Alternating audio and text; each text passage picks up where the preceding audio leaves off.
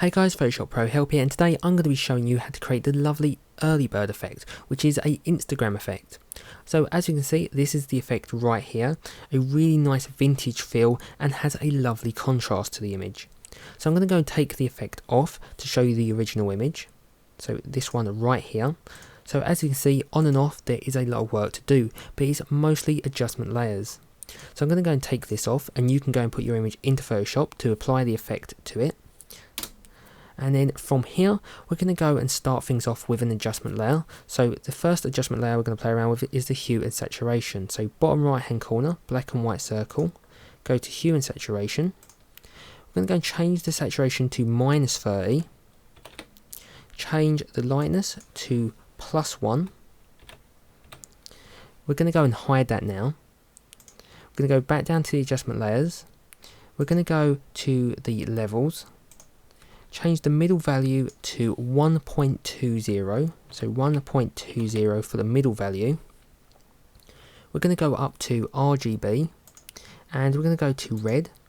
We're going to go to where it says output levels, where it says 0, and we're going to go and change this to 25, and then we're going to go and close that. Back down to the adjustment layers, go to brightness and contrast at the top.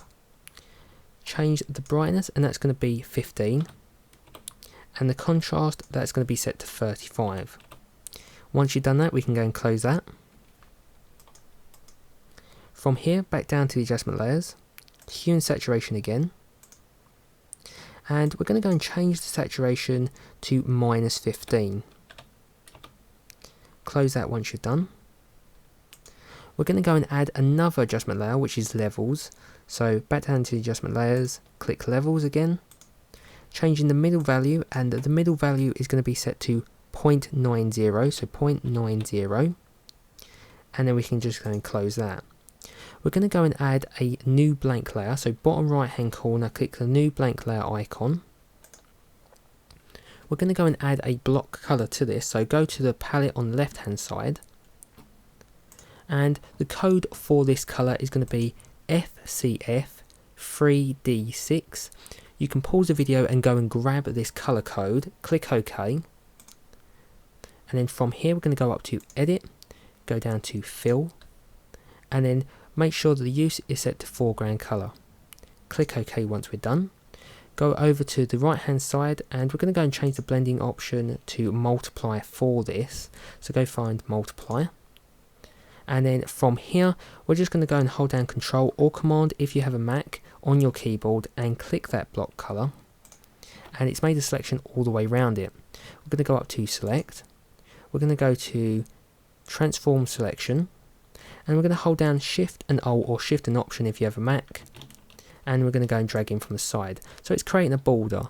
So around about there for me, but you can really decide on how big the border you want.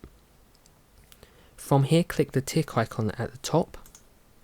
We're going to go back up to Select, go to just down to the bottom to Refine Edge, and then from here we're going to go and change some of the values.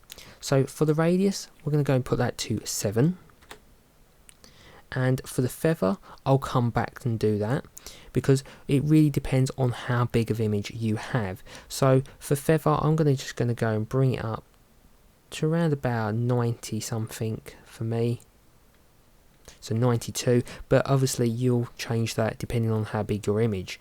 So for the contrast, that's going to be set to 40, and for the shift edge, I'm going to go and put that to +15,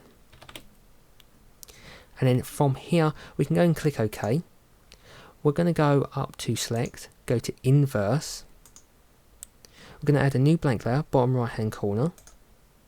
We're going to go and select a different color now, so go over to our color palette, and the color code for this one is going to be B8, B8, B8. Again, pause the video, grab this color code, click OK once you're done.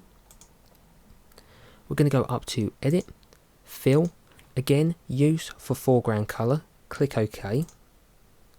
And as we can see, it's applied it all around the edge.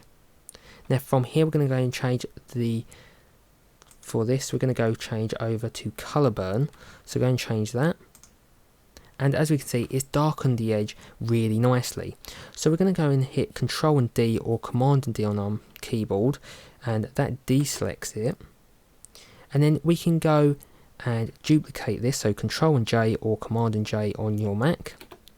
And we're going to go and change the blending mode for this one, and we're going to go and change that to multiply. Now, as we can see, this is it. This is all you need to do, and then we can go and grab all of the layers. So hold down Shift and click, and then select them all. Press Control and G or Command and G if you have a Mac to group them, and you have your effect in one. So that's pretty much it to the early bird effect. You can go around and tweak these. As I said, we can go and take this on and off. So a lovely effect for this, lovely for portrait and landscapes, and it works on mostly anything. So play around with this, see what you can create, and I've hoped you liked the tutorial, guys. Please comment, rate and subscribe. Go check out the website, guys, and t-shirts are on offer. So go check these out after the video, and I'll see you next time, guys. Bye for now.